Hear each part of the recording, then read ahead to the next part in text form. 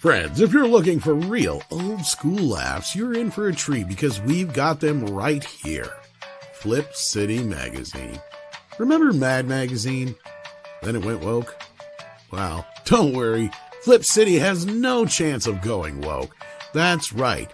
4 times a year, you'll get an actual printed magazine full of jokes, stories, comics, and more, all about today's pop culture, entertainment, and woke politics. Flip City takes terrible entertainment trends we love to hate with hilarious parodies of Lord of the Rings, Stranger Things, The Walking Dead, Star Trek, Hunters, and more. Trust me when I say there is nothing else like Flip City on the market. So subscribe today. It will be delivered in print, or you can even get it digitally if you're one of those wacky Zoomers. Either way, follow our link and sign up today, and if you put in midnight, you get an extra 10% off. Check out Flip City Magazine today.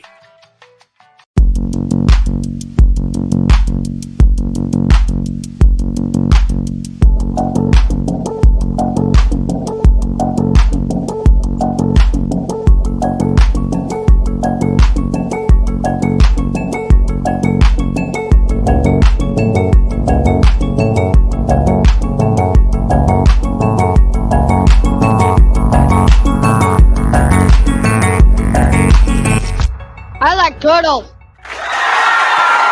Greetings and welcome everybody to Midnight's Edge After Dark.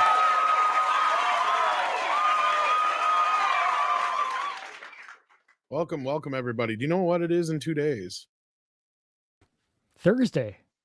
Besides that. Anybody? Friday Eve. Close. It's the 21st? day in the song. Exactly, it's the day in the song. Do you remember? Oh yeah. Oh, The yeah. 21st day of September. Wow. Oh heck, is it already the 19th? Yeah. I thought it was like the 15th or something. Badia. Hey there, Nickahoo. Badia. I don't give a fuck who you are. You hear that song and you just start to move your ass. It's just one of those songs. Is that a fact? That's right. Earth, Wind, and Fire. That's right. We have with us 6. How you doing? I'm doing pretty good. I'm a little bit tired though, so just prop me up in the corner and Okay. I'll try to pay attention. Okay. No problemo. It's been one of those days. Like I'm tired. You had a rough day. So yeah, I think it's just that Mr. H was kind of low energy today. It's a low energy kind of day, I think.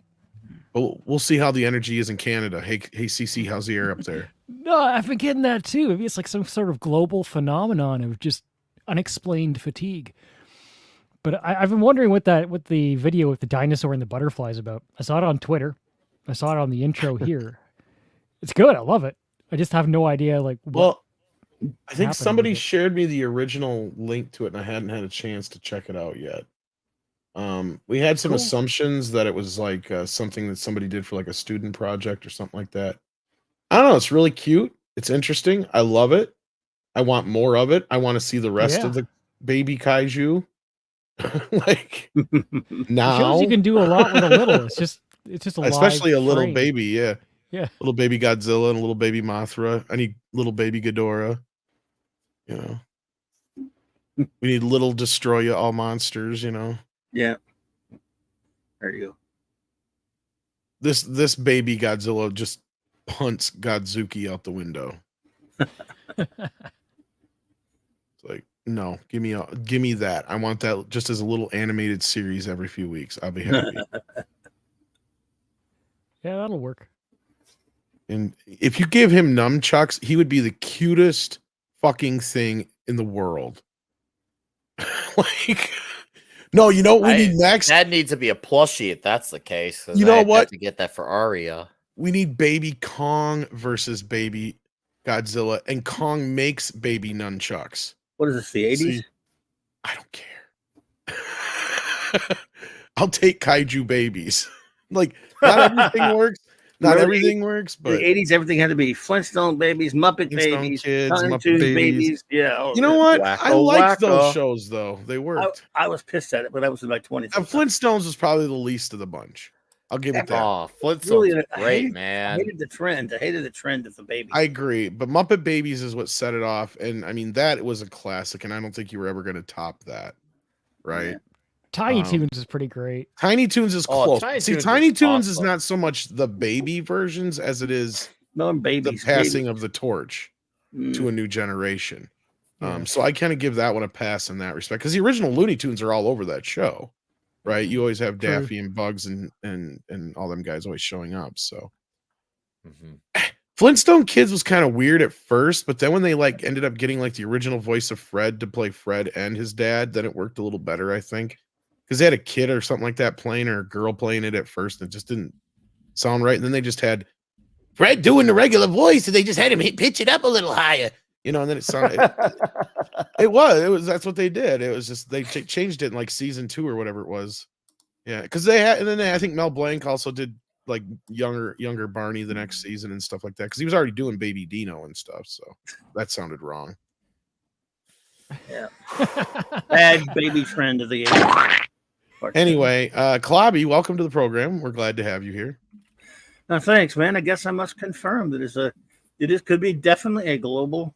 I thought it was just me with the horrible heat down there and not waiting till 3 o'clock in the afternoon to eat like an idiot, or 4 o'clock, whatever it was. But I guess it's just kind of Tuesday. This Tuesday malaise we're all in right with. Yeah, buddy, the week isn't getting any older, is it? So I guess we're all a little tired. For A no little reason. bit. I think it's the fall season kicking in, because isn't Thursday also the first day of fall, or is Not here. We don't get fall. Oh, it's fall here for sure. I was gonna say, I think September 21st is the first. We're in the day middle fall. of summer. Also joining us, all 32 flavors of Nick Weiser. Hey yo. Hey, Christmas. You go talk to that church guy over there? So I about can smell him from here. What's his deal? Oh, he wants to be president. How's it going, chat? Wrenches, panel. Good to see you all here tonight. Yeah, it's a bit of a slow news day, but I'm feeling pretty good energy though, despite all things. So I'm feeling pretty good. We're gonna be talking Expendables tonight, Toxic Tuesday, and yeah, and I saw some comments in the chat. Yes, I did turn 36 yesterday. That's true. So this will be the closest thing to us celebrating. If Happy you're birthday. interested. Happy birthday. Thank you. Happy Thank Yester you. birthday. It's gonna be huge tonight. Lots of Terry Crews Yeah. sweat, lots of Jet Li swings, lots of Dolph Lundgren going. It's gonna be great. You even had Bat Tom show up and sing you happy birthday Dude, Bat Tom was great. When was that? last night. Last night. What you going to do? How come no one told me this? What's wrong with you? Well, he didn't tell us until like the last 10 minutes of the freaking show. Damn it. FKHC 2005 is here and says, Who, me? what?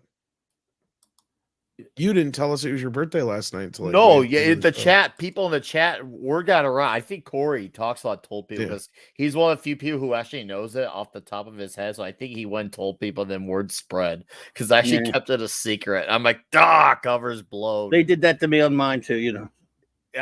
See, Clavi. Yeah, I you tried to didn't see tell if I us could fool yours you. either. I never do. And I thought I'd had it covered up, but then I remembered Mark and Raquel knew, so I was in trouble. Well, we got FKHC 2005 in the chat, and he says, "Look out, Little Tokyo! It's Little Godzilla and Little Mothra." Like that. It all goes down in Little Tokyo. Yes, that was good. And then we got Picasso in the house. Thank you so much, and he's been a member for 3 months. We got Pilgrim Media here. Who says, "Watching Last Voyage of Demeter. Will I like it? I don't know. I started watching it, and I kind of got distracted." So I never finished it.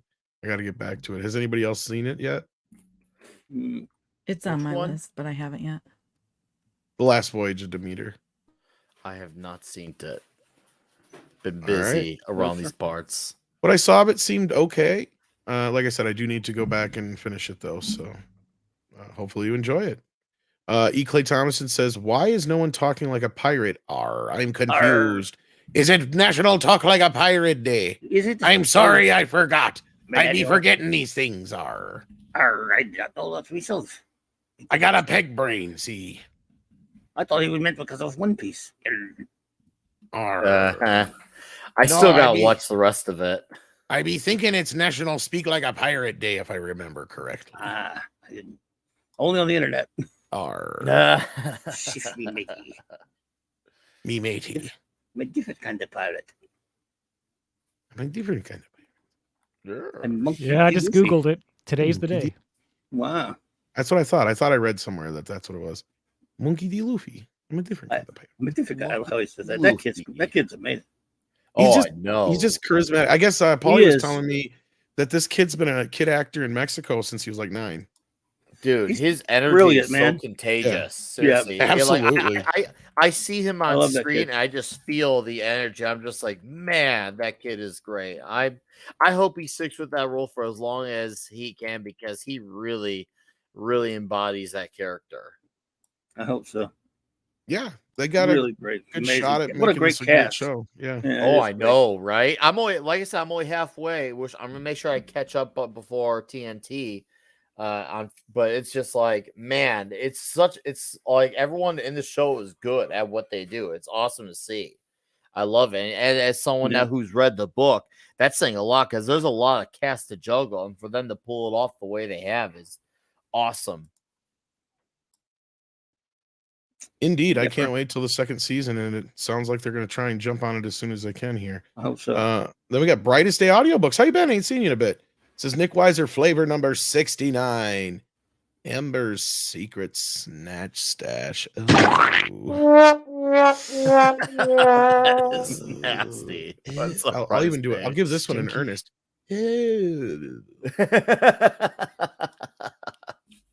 Remember that? I used to do that. My other favorite one is whenever he'd hurt himself and he'd look at it, then he'd look at us, then he'd look at it again, then he'd look at us, then he'd look at it again, and he'd just start screaming. Just brilliant. Just comic timing. Just the simplest of things. And I'm sorry, but Ernest Scared Stupid is one of the most undersung Halloween films of all time. Oh yeah. Oh, you heard? Was he heard of that? I'm also a fan of Ernest Goes to Prison. Oh, I love them all, but like that one probably just stands out above the rest just because of like the wall to wall laughs. You know, like he's a master of Chinese carving. Miak, the whole thing, just the whole thing, and the troll, and you got Eartha Kitt, and you know Barkley the dog's in it, and it's just it's just probably like peak Ernest. Between that and Ernest Saves Christmas are really the best ones in my opinion. But Ernest Goes to Jail's good, but and then of course Ernest Goes to Camp was good. It was good. It's a pretty good start, but the turtles were probably the best part of Ernest Goes to Camp. But then they all kind of go downhill after that.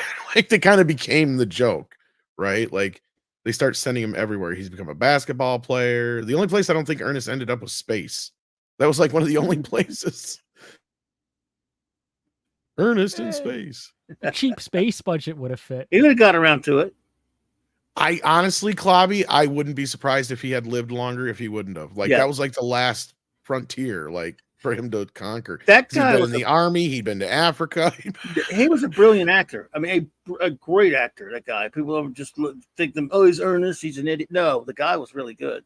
With, Jim Varney. Oh yes, He if was you see him brilliant. in his non-Ernest roles, he's brilliant. Especially he's between him and like I don't know if you guys have seen the Beverly Hillbillies movie they did in the 90s, but that was to me one of those few that was like they got it right. And it was because of the cast. It was perfectly cast from top to bottom. And having him play, you know, Jed was perfect. That was our introduction to Diedrich Bader, who played like I'm like, oh my God, he was hilarious as fucking Jethro. Yeah. Like that bowling scene. I think I figured out this game here. You throw this ball down this gully here, and then you toss yourself down, and you try to knock as many pins as you can before it gets there. I never watched. Light things down or whatever it was he called them. Yeah. Yeah, I like the old shows so much I never could try to watch the movie. I mean, they're But you all had- good actors, but you know, Well, you also they're had not that like, cast. Dabney Coleman is Mr. Drysdale, and you had Right. what's her face playing. Oh, they're great actors, yeah. But man, I don't. If that you've old- not that seen old it, cast. It's pretty good, actually, Clob. You should I check think it I've out. watched if you bits of haven't it, but I can't stand. I don't know. Sometimes I just think leave it alone. Don't do it. Don't touch the old cast. I mean, I can't. I agree stand in most recasting. cases, but like that one and Adam's Family were like the two exceptions of that era. In my That I opinion. agree. I did watch. I did break on Adam's Family, and they were great, but they still weren't the show for me. But And it that was still- mostly Raul Julia. Like he just owns Gomez. Like I mean, Christopher Lloyd. Christopher Lloyd was good, but I mean, it was like nobody's gonna beat, Yeah, Raul Julia was amazing. well, like I mean, for years, I mean, Gomez Adams was John Aston, right? Like Oh yeah, voice and yeah. actor. Like every time we saw Gomez, it was him. That's him. So even at that time, I was like, oh, nobody's gonna convince me other than that. And then I saw the movie and I was like, wow, and it was like the rest of the cast, between him and Christina Ricci were the ones that really sold it for me. They really are. It is a great cast, just like both of those movies. Great casting. So I can't say that.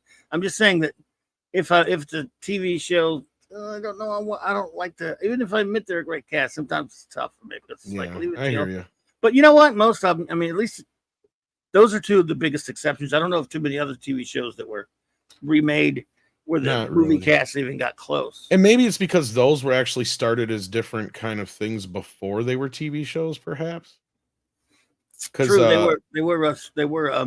Well, the Addams Family was a comic strip, cartoon, whatever you want to call it, and then Beverly Hillbillies was actually a play originally. Because we actually did that in it was like middle school. We did the Beverly Hillbillies. Yeah. Yeah. I was pissed. I didn't get to play any of the main characters. I was like, whatever. Or thing, old Tom's a millionaire. I should have been able to play at least Mr. Drysdale. I mean, fuck. Yeah.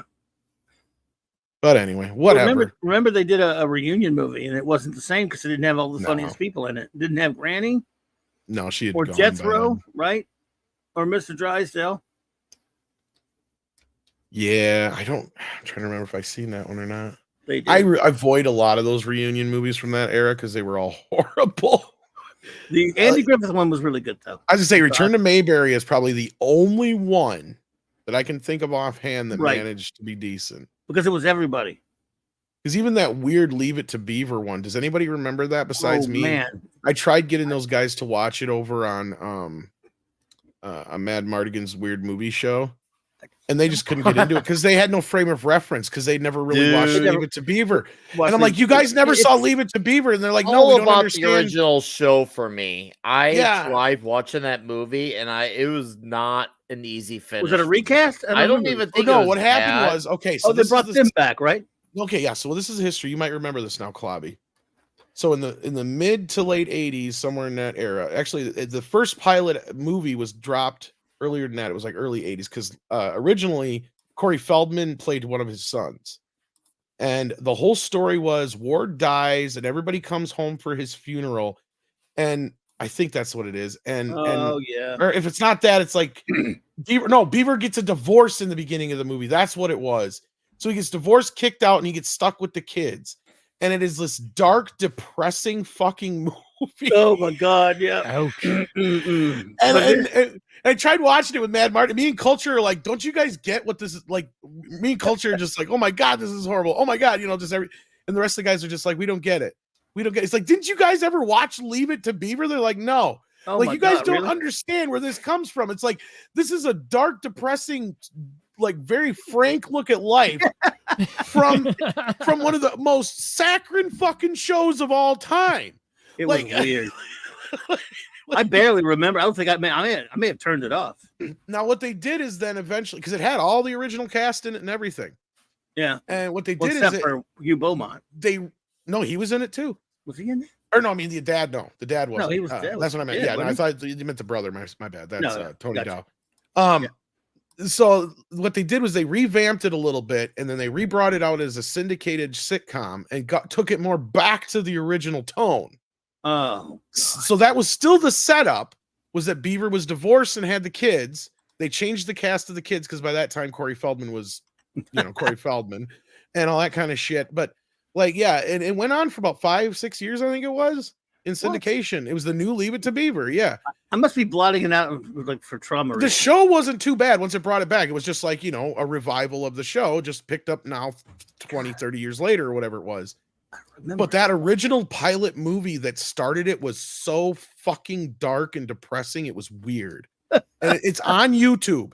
If you're ever bored Oh, someday wow. and you just want to have a laugh, go look up the Leave It to Beaver movie. I can't remember what they called it exactly, but Wow. yeah, it was horrible. And it's just like, wow, how did they make this? Like, and who would divorce Beaver? Like, what the fuck? Yeah, poor old Beaver. Man.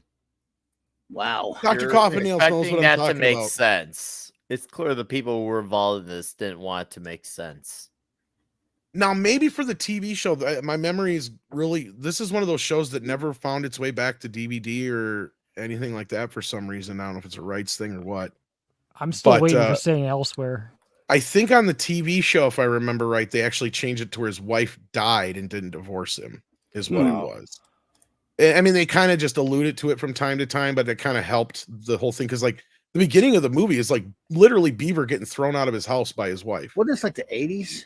Yeah, it was like like I said, early to mid late 80s. And then like in the latter part of the 80s, like a couple of years after that, they revamped the idea and picked the show up. And Beaver was like back living in you know, the same hometown, and you even had Eddie and everybody around. And it was the show itself ran basically the same kind of tone as the original series, with a little tongue in cheek of it being the 80s into the 90s kind of thing. And you had, you know, kids, of course, Eddie had Eddie Jr., who was exactly like him and all that kind of stuff. And of course, you know, they all had their kids and stuff now, and it kind of separated the time between the adults and the kids, but it did a pretty good job for my memory. But we have Script Doctor joining us. Welcome to the program, my friend. Hey, good evening. Guys talking about Leave It to Beaver and the subsequent series spin-offs I hear. Yes. That crappy, you must be aware of that weird fucking backdoor pilot movie they did to the new Leave It to Beaver series that was just weird and depressing, and that begins with Beaver getting tossed out of his house by his wife. I think I've seen that on reruns or syndication.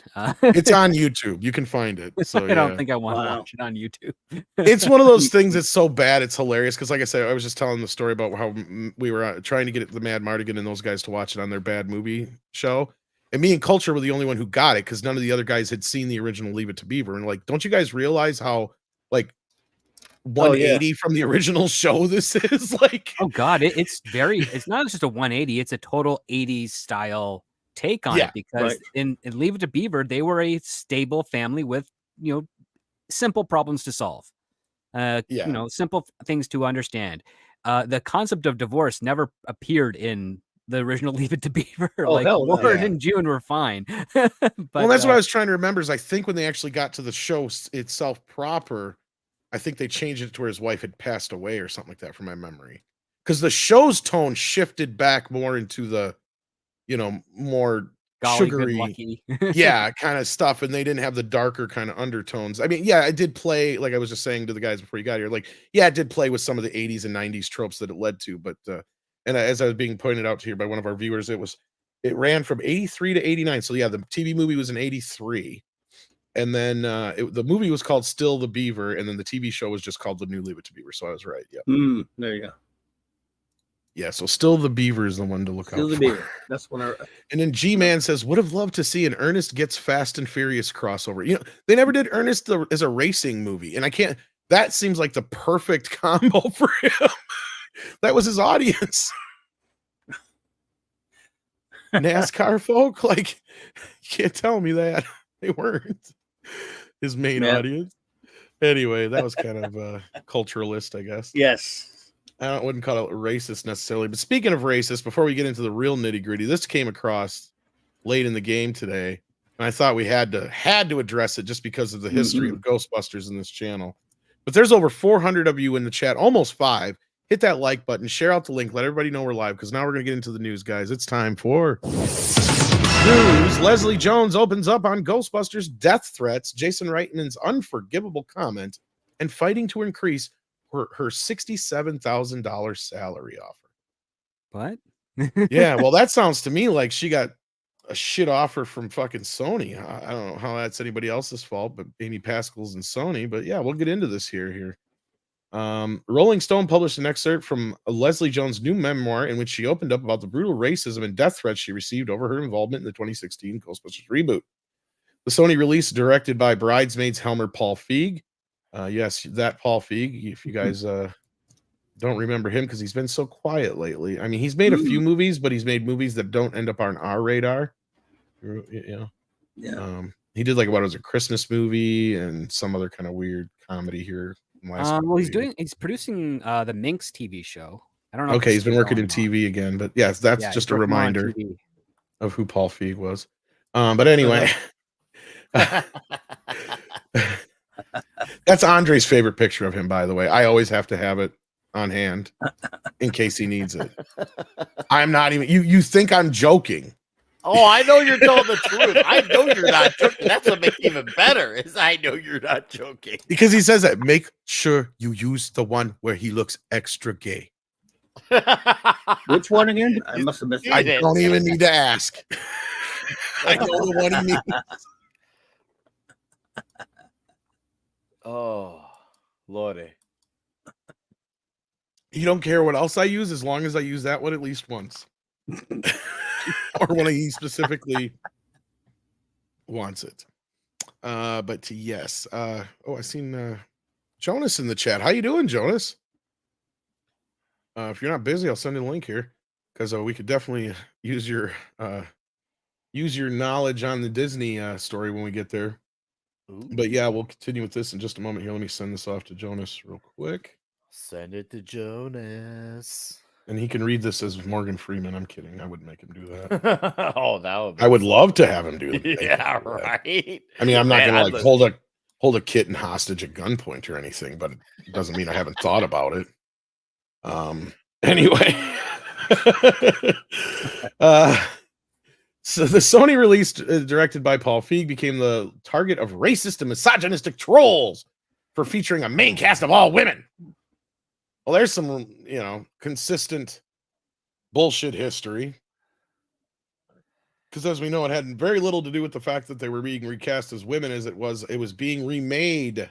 And nobody wanted a fucking remake. In fact, if you just had the original characters passing the torch, that would have been a non-point up until people had seen how shitty the movie was. Anyway, Jones starred in Ghostbusters. Oh, go ahead. Well, it was clear they were trying to take shots at fans who loved the first movie, and they were trying to make it about them and to forget, what the franchise was. It was so apparent when they were talking about the movie, and all they were leading with was women. They weren't talking about was the movie any good. Women are funny. Get over it was the main thing. No, they were going after the low hanging fruit of the scattered things of why is it all women? That's it. It's low hanging fruit. It's not any real argument to defend what the movie was or was trying to do. They just were like, because they didn't have a defense for it. They improvised most of that. So and I'm not going to say there wasn't a few assholes who didn't say a few stupid shit. But that's and they just ran with fruit, it. Right? Exactly. They're the easiest ones to go after. Any of the valid criticism, you never heard them respond to that other than conflating whatever that criticism was and just say, well, you just don't like women. It's like, no, no, there's a lot of criticism that was valid. That had nothing to do with the cast. I'll take you back here, guys, because I remember this very well because this is the beginning of my YouTube career, basically, like when it really took off, because it was just a roller coaster from this to the moment that Andre called me to the moment that I was part of this whole thing. And next thing you know, I'm digging through emails with Andre. But anyway, point being, there was a little murmur about this shit. Yeah, you had I think the Trump comment or something like that, and a few other people had said a few stupid things about it being all women or whatever. But it wasn't until that first fucking trailer dropped and they tried to play it off like it was a sequel, and they still fucked up in the opening, remember? Because they said, was it 35 years ago, 4 scientists? And everybody's like, wait a minute, it was 3 scientists. And Winston. And they tried to make it sound like this was going to tie into the original film and all that stuff. And then when people seen how stupid this movie was going to be, it was the first time I ever remember in history a trailer getting just like completely ratioed and all that, the business they had with it. And they literally reshot scenes in the movie to where they could quote from the YouTube comments, right? Like they were that fucking petty. That was the moment this whole thing went completely wrong. And everybody was just like, what is this? And what are they trying to do here? And we all tried to tell people, and that was where Midnight's Edge took off. And of course, everybody realized we were right with that whole thing. more so Andre and those guys. I can't take much credit for any of that. I was a little more past that time. But anyway, Jones recalled the film's European press tour where a journalist said to her, "I don't like this movie, and you've got 5 minutes to prove to me that it is worth watching." It wasn't just racism and misogyny either, she writes. A lot of it had to do with the fact that I was playing an MTA worker as though that was something I should be ashamed of. I tried to fight back. I was a comic. I was used to pain. She's not even understanding the fuck. Okay. Yeah. Before I even get through the rest of her fucking comment, she's twisting what people were actually doing, saying is like, why is the one black character not a scientist or a professor like the rest of the girls? Why is she work for the city? And not only that, why does she just give up her job to go work with these nut bars? Because at that point, really, I mean, they're not making any fucking money.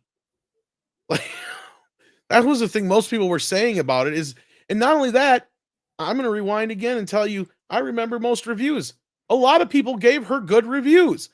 Of all the people that said they hated the movie, said it was shit, they said that she was one of the most likable parts of the film. I don't remember too many people saying they hated her in the movie. True.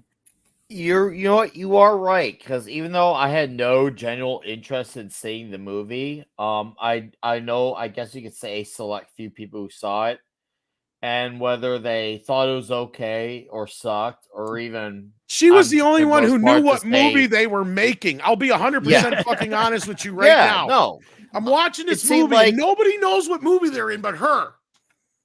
Yeah, it seems like that was one of the few things people said anything good about was her.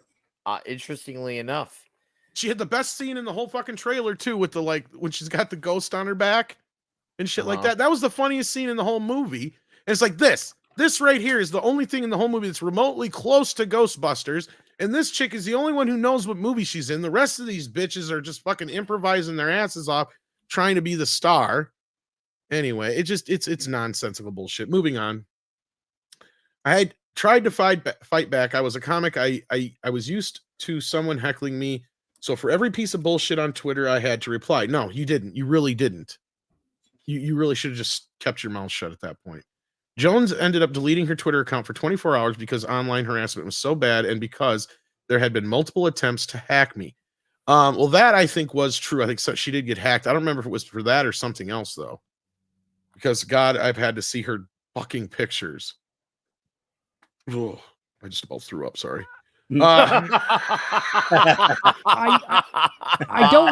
don't doubt that she got death threats, because that will happen with anything contentious. It doesn't matter. Oh, I've gotten death threats though. Fuck. Yeah, that's what I mean, right? Like that will happen, but then using it like this is just, Yeah, it's pathetic. The sad part is, even if she is telling the truth, like we can all pretend, let's just say she was, I guarantee you, she probably singled out maybe 5 people and decide that you 5 people represent everyone else who has anything negative to say about her in any way, shape, or form.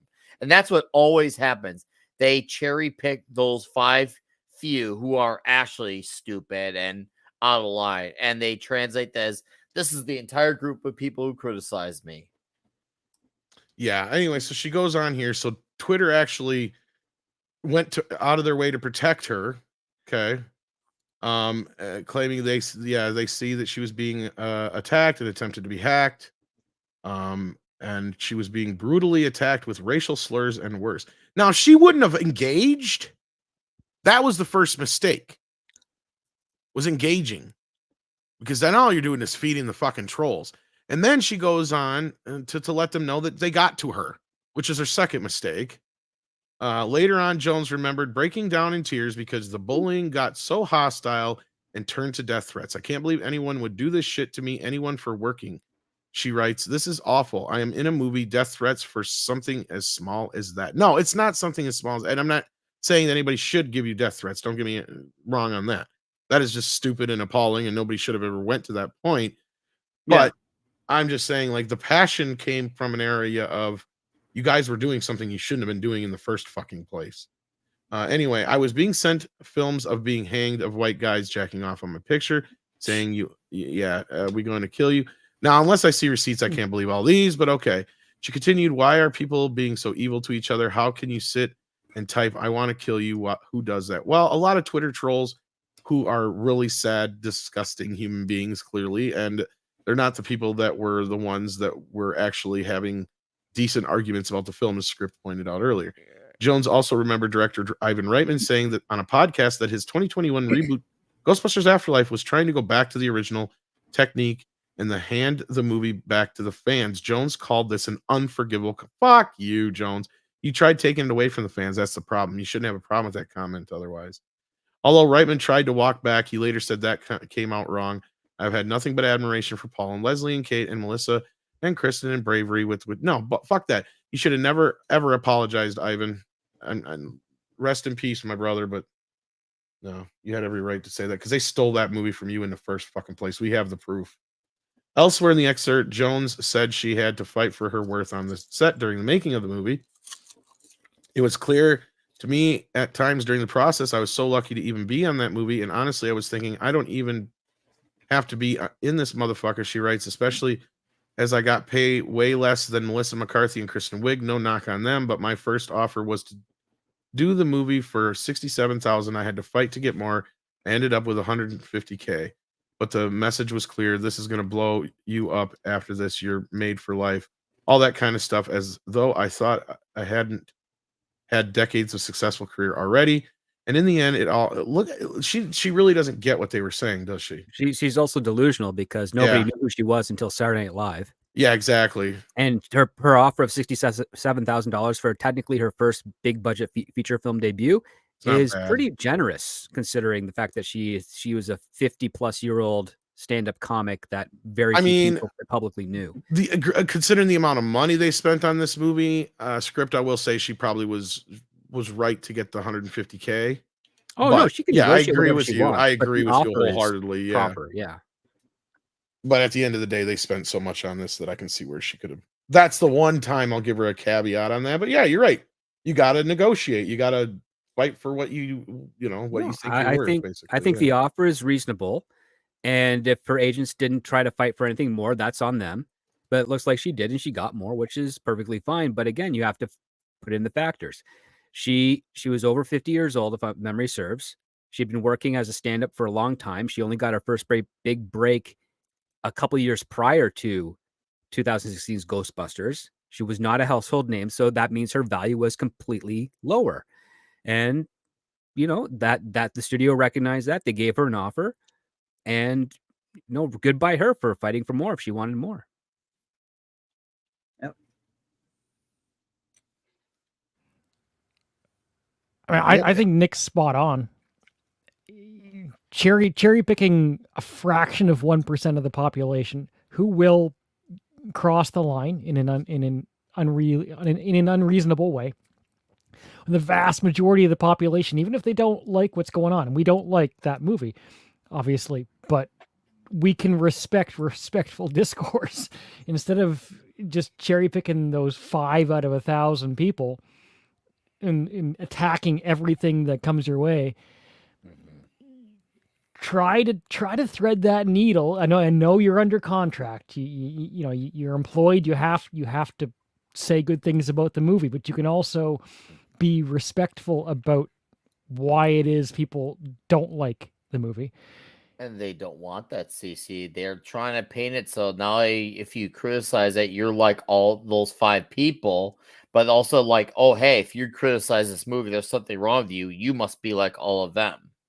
That's all that they want. They want it to be completely exempt from criticism. So they're trying to put as much shields and bulletproof them to hell and back, top to bottom, so they can have this be steer of that.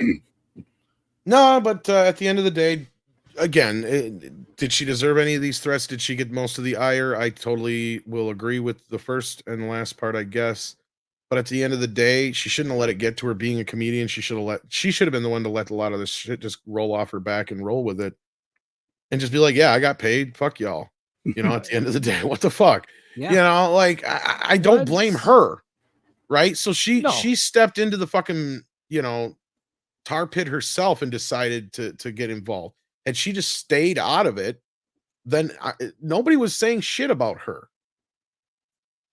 Like, I mean, I'm not saying that nobody, but I mean, outside of those stupid idiot few, which you get those all the time. Like we said, I get them all the time because of the Snyder shit and whatever. I get them for the Batman and everything else. Once in a while, you get the MCU stands. They're all out there. The Star Wars stands, the Star Trek stands.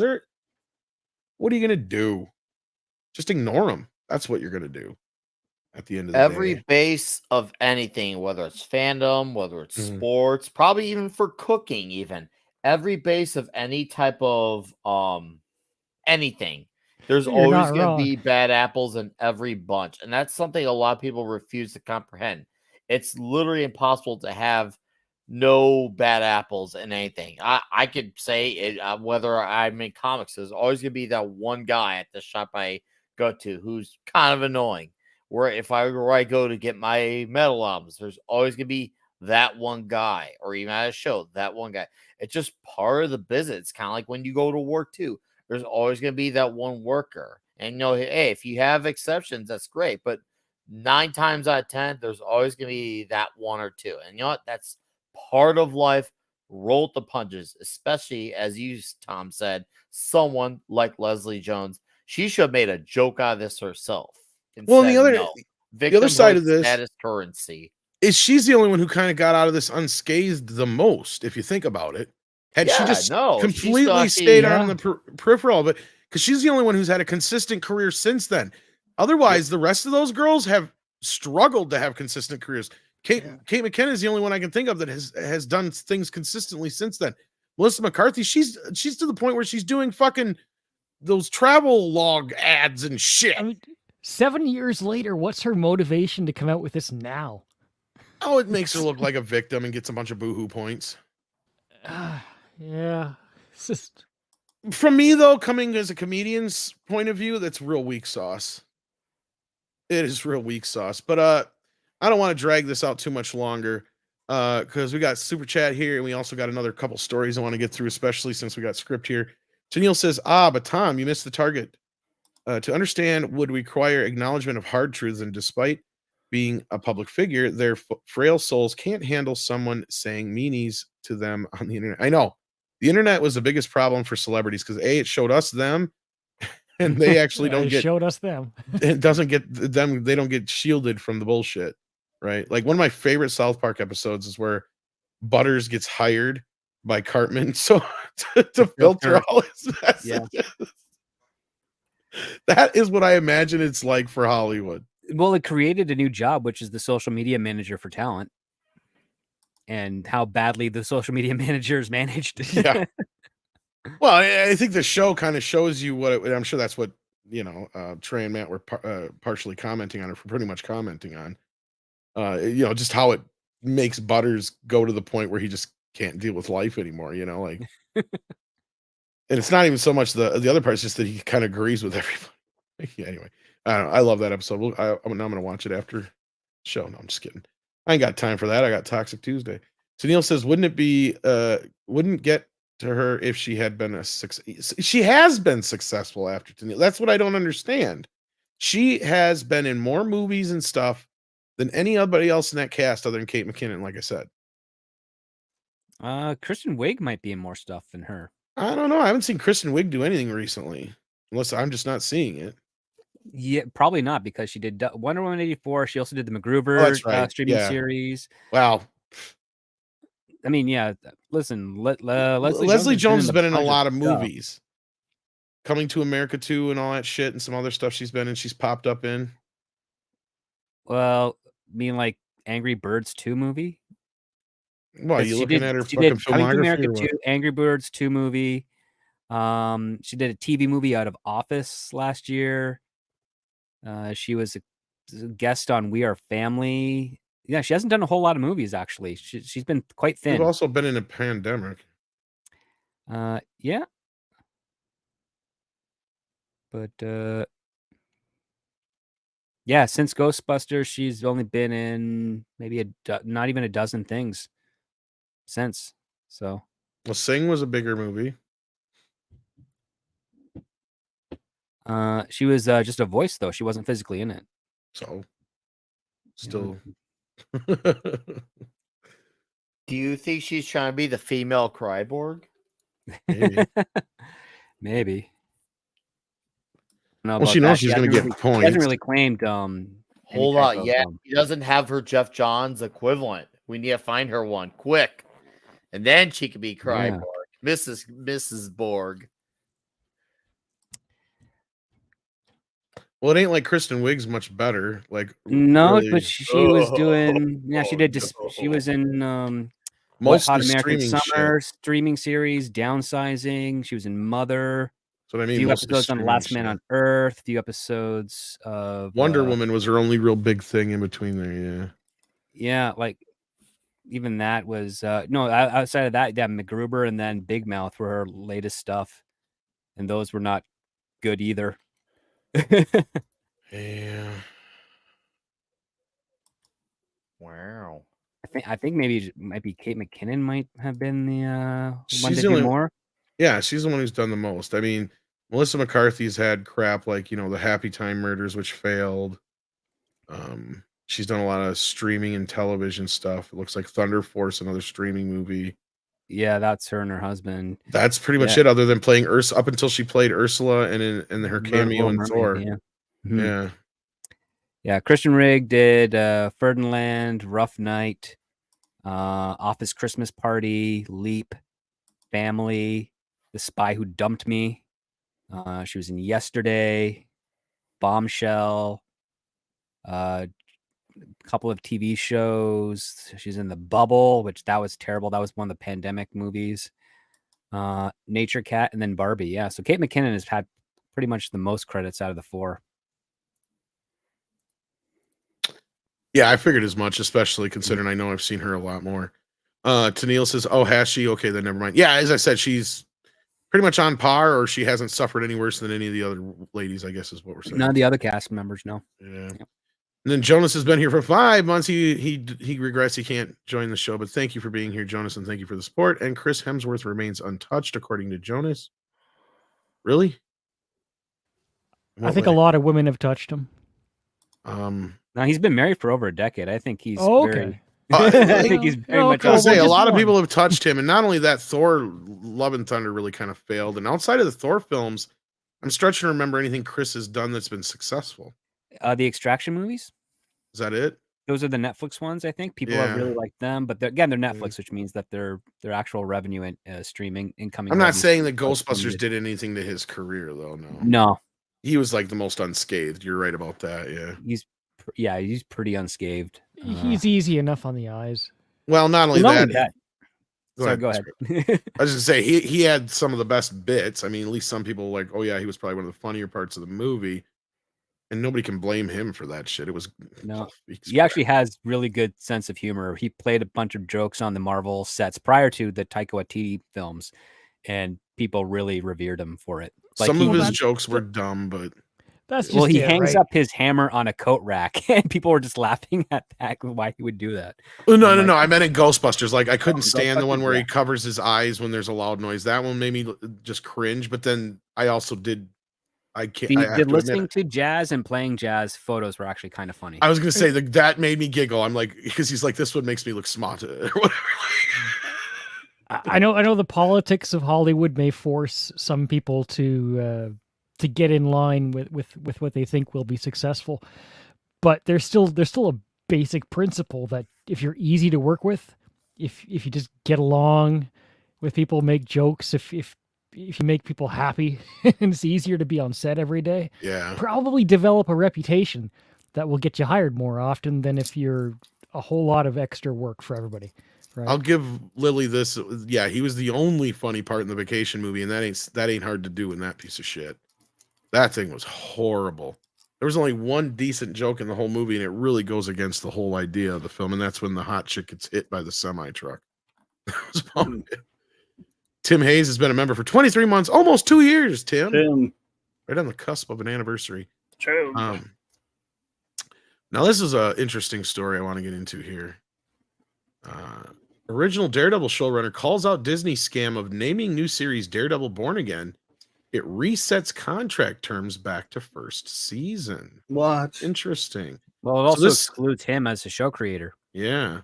So Stephen DeKnight, who served as a showrunner on the first season of Netflix's Daredevil, recently took to social media to criticize Disney for running a scam in its upcoming reboot series, Daredevil Born Again, via Entertainment Weekly. The 18-episode series features the return of Charlie Cox, Vincent D'Onofrio, and John Bernthal, who starred on the original Netflix series as Daredevil, Kingpin, and Punisher, respectively. It's an old Disney scam where they slightly renamed the series to reset the contract terms back to the first season, DeKnight wrote on X Twitter. Needs to be addressed by all the guilds, unions, and crush. So basically, what he's saying here is not only this were these changes made just to appease Kevin Feige and his bullshit of wanting to make it fit into the MCU proper, even though it already was technically. And I believe this. Steven is saying that they changed the name of the series to way it's basically like a new series. Well, so, Yeah. So yeah, they don't it's have to honor re-registered. the old contracts. Yeah. So every movie production, television show, what have you, is registered as its own business. And when you extend it for multiple seasons, it's just more to that business. But officially speaking, Daredevil was canceled. And so it was terminated. Instead of reviving it or purchasing it in the sense of to continue it on directly with the same contracts that would come with such a purchase, what Disney has done is they have purchased the show to air on Disney Plus, but they have also started up a brand new company, which is Daredevil Born Again, which means that anyone who worked on the previous show would have to renegotiate for a brand new contract for this show. So they don't have the previous contracts from the other show to use as a foundation or a starting point for their own negotiations. And that's what he means by a reset to season one. And in addition to that, anyone who was part of the development team of the Netflix Daredevil series that wasn't brought into the new one will not get any part of the contributing residuals for the Netflix Born Again because they had nothing to do with creation of the Netflix Born Again series. Right. So if they just said, "Oh, Daredevil's now Netflix's Daredevil is now owned by Disney Plus. We are bringing it over here. We're doing season 4 of Daredevil." That would mean that Stephen DeKnight and some of his colleagues who created the original Netflix show would get a created by credit on the Disney Plus one for season 4, and they probably get a piece of that action as well. But because they're not brought in fact, I don't think any of the writers from the first 3 seasons were brought in. This is a brand new business and a brand new property, technically speaking.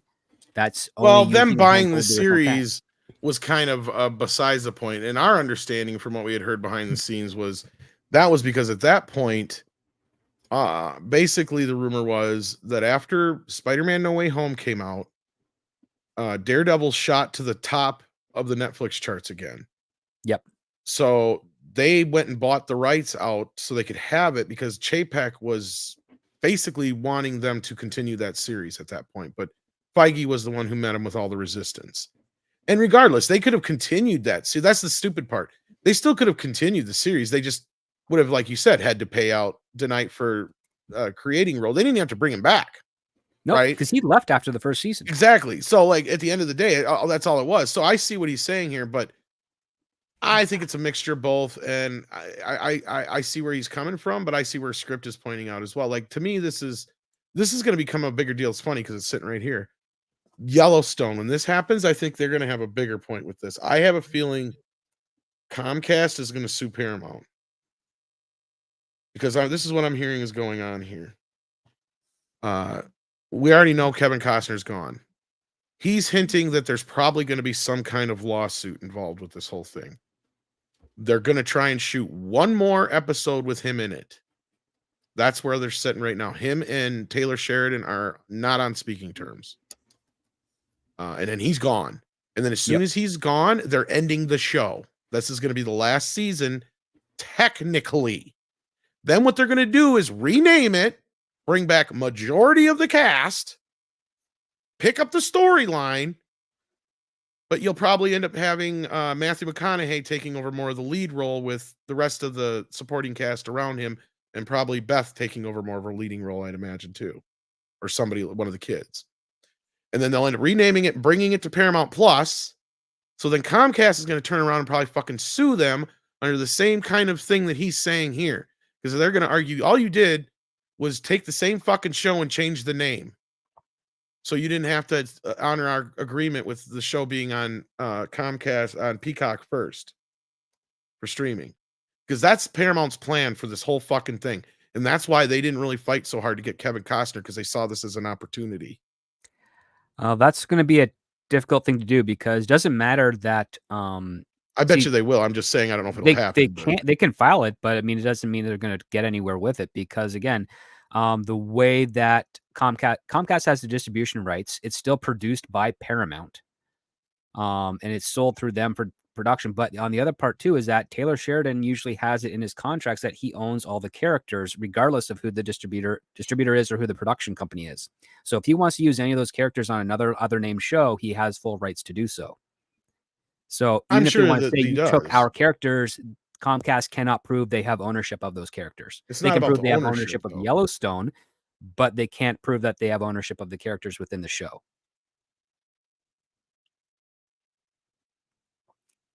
And I can also probably assure you that Taylor is probably going to do the 4 6s and the other Western show that's in the Yellowstone part of the universe first before he even launches whatever the replacement to Yellowstone. Yeah, they're going to finish off Yellowstone proper. Oh no, they'll finish it off, but we're probably going to have two other television shows happening after that's already going to happen. Yeah, as the buffer, so that when they come back to Yellowstone with whoever, there's like 3 or 4 of them coming scripts. You've got the one with the one deputy guy that's coming out already. That one's already done. Well, I can't remember the name of it. That's kind of an adjacent thing. They haven't. Yeah, it is an adjacent kind of thing. There's two that are directly. There's the 4 6s and another one. And that one's supposed to be coming sooner than later. Yes. Then there's Landman with Billy Bob Thornton. That's not Yellowstone technically universe. That's a completely different show. And then there is, oh crap. There's another. Yeah, there's one you mentioned he's done, and there's one more that's a rancher show. And I think it's the Taylor Sheridan. I think it might be the one that's Taylor Sheridan's character, and he goes from ranch to ranch doing stuff with horses and whatnot. Say, isn't that like a reality series kind of thing or whatever? I don't think it's the reality series because he plays a character in Yellowstone where he's this guy that character. Okay, they're doing a spin-off of that. Okay. Yeah, and then I think once those shows have launched and they've finished their run, that's when the debut of whatever replaces Yellowstone will be on Paramount Plus. And then that'll be it's completely. Well, I mean, it'll be the same show, just won't have Kevin Costner or the Yellowstone tag. Yeah, and that's what I'm saying is that's where Universal might have somewhat of an argument, just because they're trying to get out of our contracts with them, even though it's the same fucking show. And I know what you're saying, that he owns the characters. No, that's not on the point. surface, you could definitely call it the same show, but in Hollywood terms, in the politics and courts of how that property is owned, it's by and large completely different, and Comcast won't have any ownership over it. However, I am more surprised by the fact that the original producers of The Yellow Rose with Sam Elliott didn't go after Taylor Sheridan, because it's basically Yellowstone before. Yeah, I remember discovering that thing. Yeah, I was like, "What the fuck?" And I've seen that on Paul's thing. Too. I'm like, "It's fucking Yellowstone before Yellowstone." Yeah. All right, kids. Well, that's that news. The other news was the Disney stock price drop today. And the main reason people think it is because the announcement that they're going to be spending $60 billion on the parks. Now, I was hoping one of our money men could join with us on this. Don't they spend that much on the parks anyways? Well, here's the thing. I guess that's less than what they normally spend, and this is going to be spread over 6 parks, is my understanding. And this is going up against $90 billion that Universal is going to be spending, I guess. Okay. So I think that's why their stock went down $3. Because that's a poor investment, it looks like. But I'm pretty sure they spend annually like $1 billion a year on every park. Yeah, I don't know. This is supposed to be for improvements in the parks and the cruises, but the whole point is it's like being spread out amongst all these things, so it's very little compared to the $90 billion that Universal is going to be spending in the next year, I guess. So yeah, and then they've also got to compete with Universal putting in the Nintendo park. Yeah, and it's probably costing them a lot more anyways because of the inflation. So whatever they would spend, if that was like say 60 billion 10 years ago, you could probably get more bang for your buck than you can now for the same price, right? Yeah, they got 10 parks. I think they're spreading it over. Yeah. Oh wow. So yeah. Oh, here he is, just in time. Thank you so much for being here. Saved my life. Yeah, script. Yeah, they don't spend that much money. You're right. So we're talking about $60 billion across 10 years across 10 parks. It's 10 years, 10 parks. That's right. Okay. Yeah, all right. so, And that's I'm an idiot. I'm glad you showed up. we're talking about $600 million a year per park. Also zeroing out how much they're going to spend on cruise ships. Let's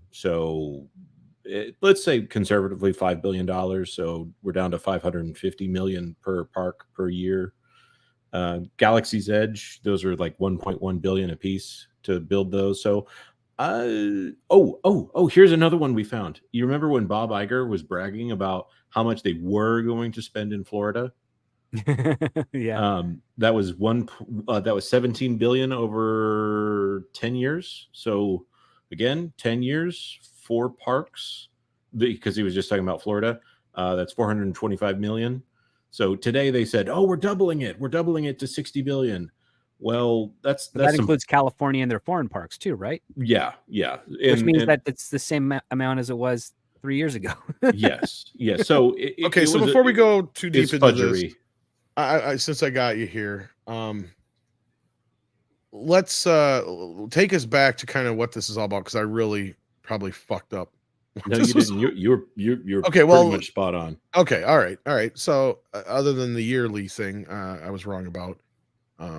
So in the same time period, I guess, is where Universal's spending the 90 million, and that's my understanding, where people are speculating why their stock took a $3 dump today. Is that correct, Jones? This was specifically aimed at investors, this announcement. And most of what they announced when they actually talked about what they were going to be putting in, say, Florida and California, was they've got this Disneyland Forward project that they're working on in California, which there's a lot of speculation as to what that is. But this looked to be mostly Disney Vacation Club, which is their timeshare organization, and cruise ships. So those are the things where, the guy who just wants to go in or the family that just wants to go in and go to the parks, you're probably not going to see a lot of benefit there. It's mostly the people who are wanting to really invest in Disney. And I say invest. Andrew from the Legal Mindset made a really good point. Timeshares are not an investment because they legally can't be called that. They want to get more out of the people more than they want to raise attendance. So it sucks. Well, so that is the latest news on Disney. What else have you guys been uncovering over there lately? I know there's been talks of how much money these movies have been costing. What all the factors do you think are going into Disney's recent woes, where they keep their stock keeps getting knocked down after a short recovery, and then it gets knocked right back down again? Well, what's funny is there was that little bump down because of the carriage dispute, and the resolution of the carriage dispute bumped it back up at a higher place than it was before it had gone down. So it went back up above 85, which was, me and Valiant and Mexican Iron Man. Actually, Valiant's all cool about this. He wants to pretend like he's the cool guy who never, has got ice water in his veins. But me and Mexican Iron Man were texting back and forth about it dropping below 85. Well, now they're back down to 81, 82 now. So it sounds like they're in a new neighborhood as opposed to just visiting that $82 range. I still think sub 80 is on the horizon. Again, not financial advice. I would not recommend anyone take my financial advice on this, but I think they've still got some painful steps to make before all of this is going to be resolved. Interesting. What's the carriage dispute? Carriage dispute. Sorry, that was when Spectrum and Disney got into a disagreement about how much to charge for ESPN. Right. And so Disney has always been able to say, okay, well, fine, we're going to pull all of our content from your networks. And that was 18 different cable channels and some local affiliates. Spectrum came out and said, well, guess what? We might exit the video business entirely. And I don't think Disney was quite ready for that. And so I forget how long it lasted. Maybe it was 18 days. They got it back in time for Monday Night Football. But in the middle of that, Disney had they lost like 60% of their ad sales on ESPN and ABC. It was really not going well for Disney. And in the end, Disney dropped 8 or 9 channels off of their package. Also gave them the first tier of Disney Plus, which is the ads tier. It'll benefit them a little bit on that one.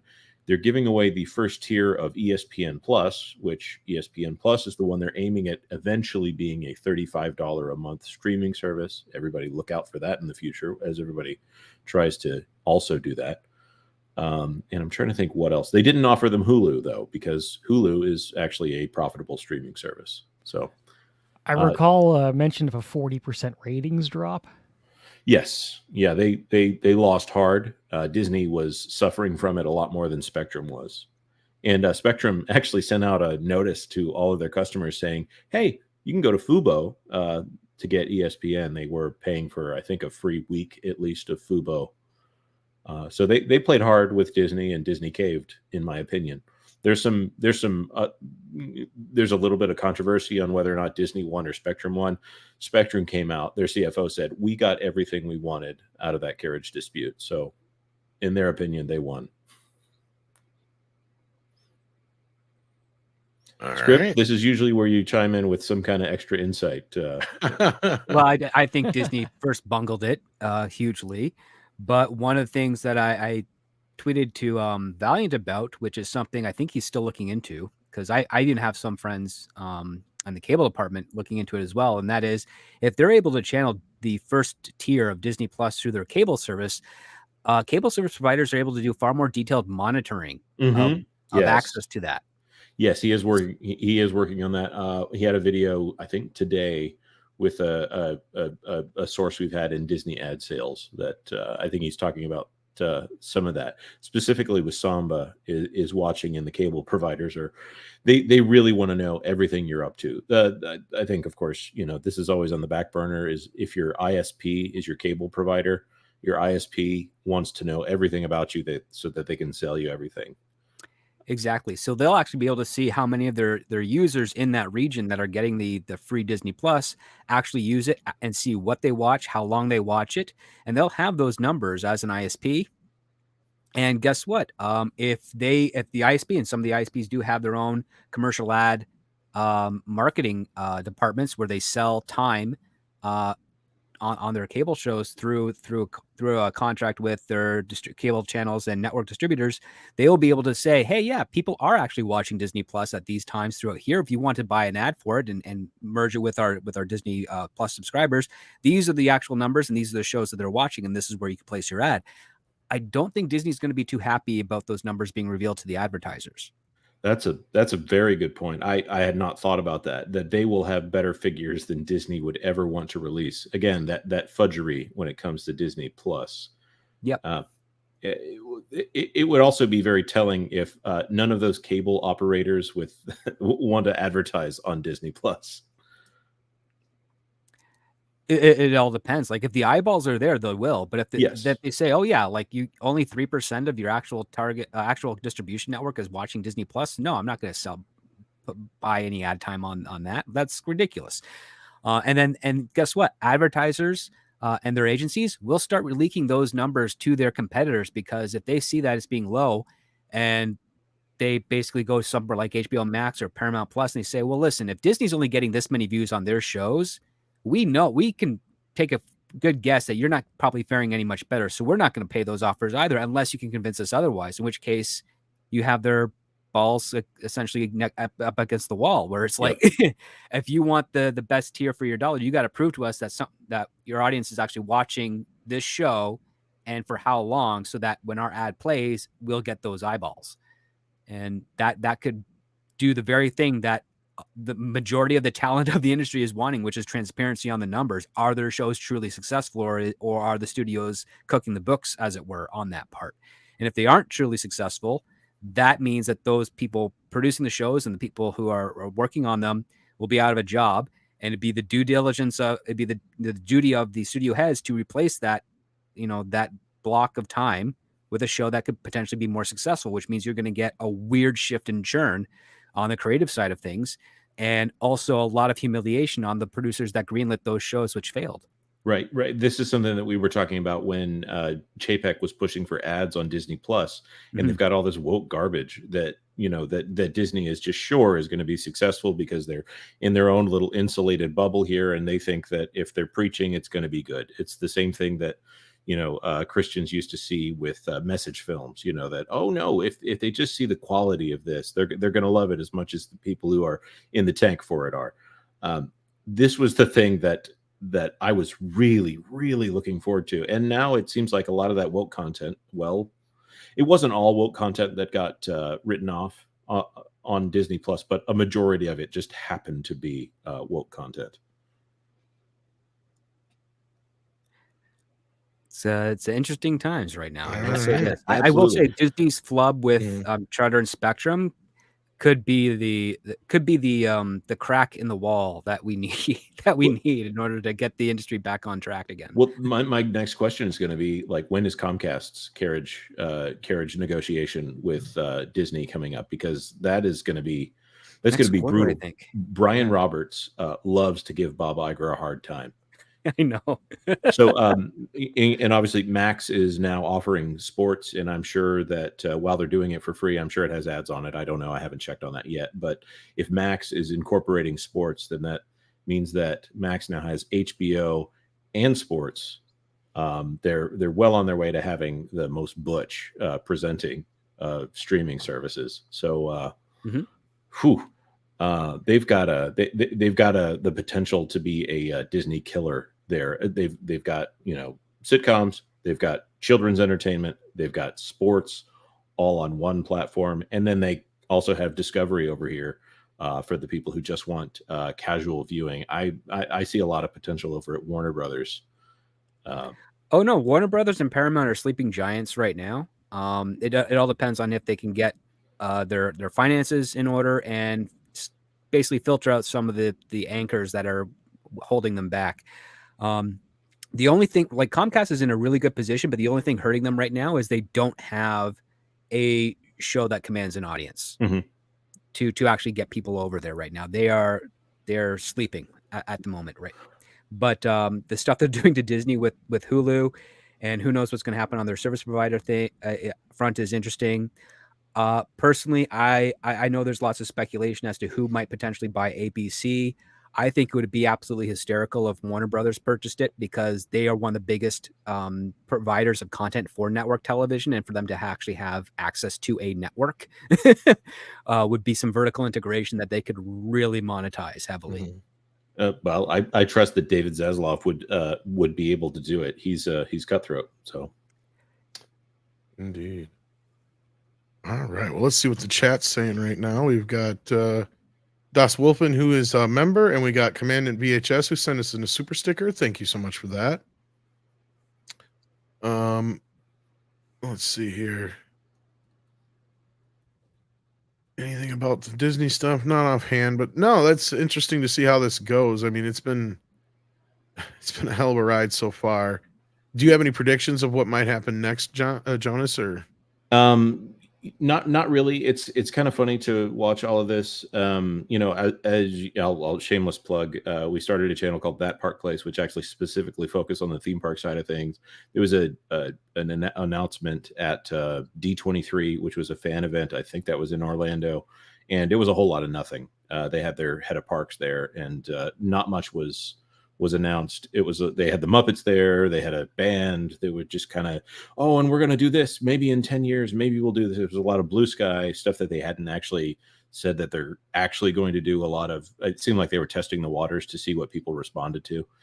And then Universal comes out, and Mark Woodbury, the head of creative there, says, by the way, Epic Universe is coming, and we're really aiming for this 1 week audience, because most people only do Universal for about 3 days. We want to be a 1 week park, and or 1 week resort, and it was kind of like throwing down the gauntlet there. So this was 2 announcements of almost nothing of interest to actual fans from Disney. So I'm not seeing a lot of hope here. Obviously, Hulu, it does distract from Hulu for just a little while.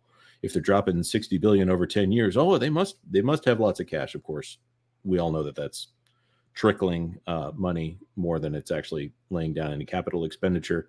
So I don't know. We should be it's 11 days before either Brian Roberts from Comcast or Bob Iger are able to call this Hulu thing, and then that'll be 30 days after that for them to close the deal. We're all just kind of clenched over here, trying to figure out how that's going to go. So that's the next big thing. I suspect Disney's going to have to leverage something, in order to pay for it off, because again, Comcast can't take in that much stock options unless they have someone that can immediately purchase them as soon as the deal is closed. Meaning that if they get 15%, another company is going to be paying for that 15% of stock within seconds after the deal contract signed, so that Comcast has no conflict of interest with one of their major competitors. Right, owning 3 times as much as any of these large institutional shareholders that we consider to have a controlling influence over Disney. They're at about 5% or less. For Comcast to come in with 15% and to be a competitor in so many spaces is a clear conflict of interest. It's a DOJ case. Something has to be held just in trust. It precludes to a hostile takeover, which is something I don't think Comcast wants, because if they do that, they also accrue the debt of Disney as well. What a disaster. And yes, as long as the stock price stays where it is, then Disney is screwed. That's a lot of value that they have to hand over to their largest competitor, and getting $10 billion from, I don't know, Byron Allen or whoever. Well, I have to run. There's a lot going on over here, and I still have work left to do tonight. So thank you for having me, Tom, and always good to talk to you all. Klobby, CC, good to see you. Six, Nick, see you guys later. Good to see you, Jonas. Take care. Thanks for your insight. Always good to listen. Awesome. Good to see you.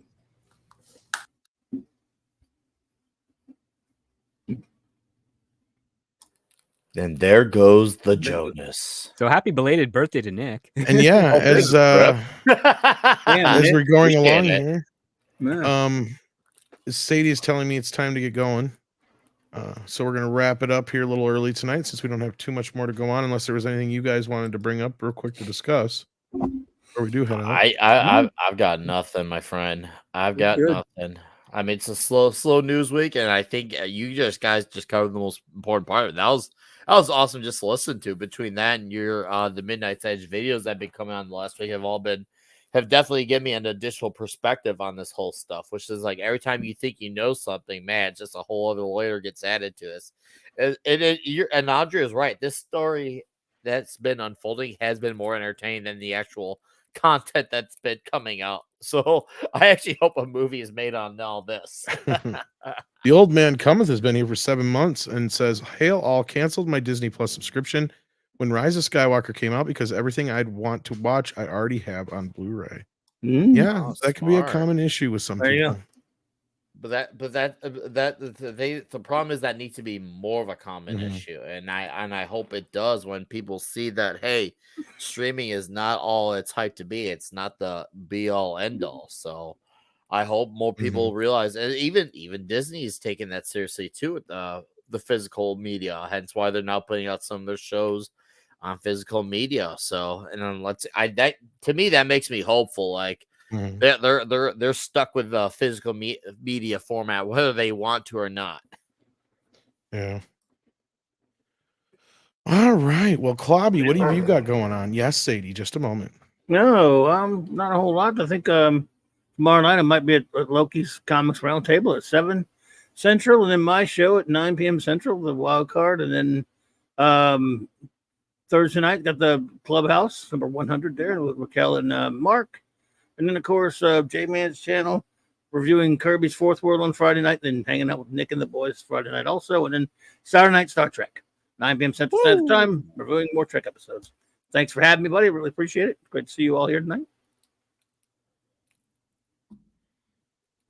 Well, we're glad to have you here, and thank you so much for being here. Thank you. Let's see here, Nick. I know what we got coming up here in a little bit. Oh yeah, Toxic Tuesday, the Expendables edition.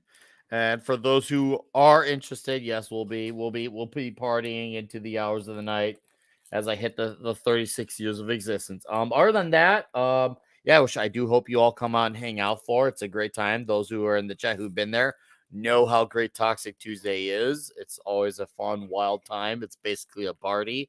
Tomorrow I'll be recording a video with Eric O'Sullivan from the comics community of our little corner of the fellowship, and we'll be doing a review on Big Game number 3.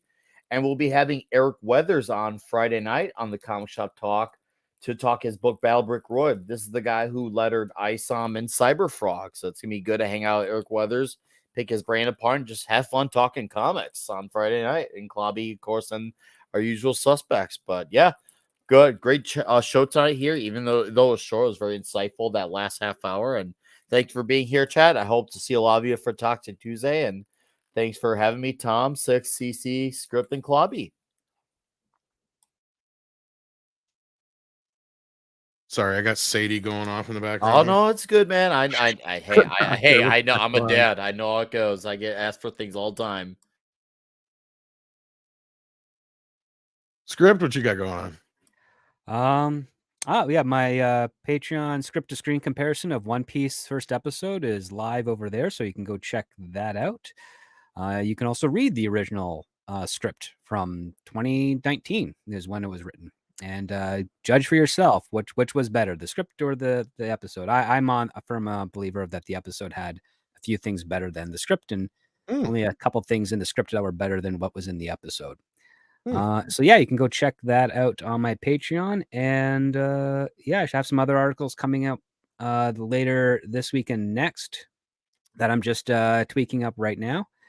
And we will find out. I believe AMPTP and the WGA are either meeting tomorrow or Thursday, so hopefully we'll learn to see what happens from those negotiations. Then you can find that on my channel on Twitter, X, what have you, in the coming days. All right, sounds awesome. And we also have CC. What you got going on? As always, Friday night karaoke, where we sing karaoke songs live on air for a couple 3 hours. Feel free to hang out and have a good time, share a drink. That's what we do. Cool. All right. 6, anything you want to plug? Hopefully I'll be on Midnight's Edge in the morning tomorrow at noonish Eastern. That's about it. A little tired, so we'll see. All right. Well, hopefully you get some rest. Until then, we'll see you tomorrow and on Toxic Tuesday in what hour here? Not even? Yep. All right. We Right, got everybody. that linked to that. So see you guys over there. Take care of yourself and each other. Good night, everybody. Bye. Good night.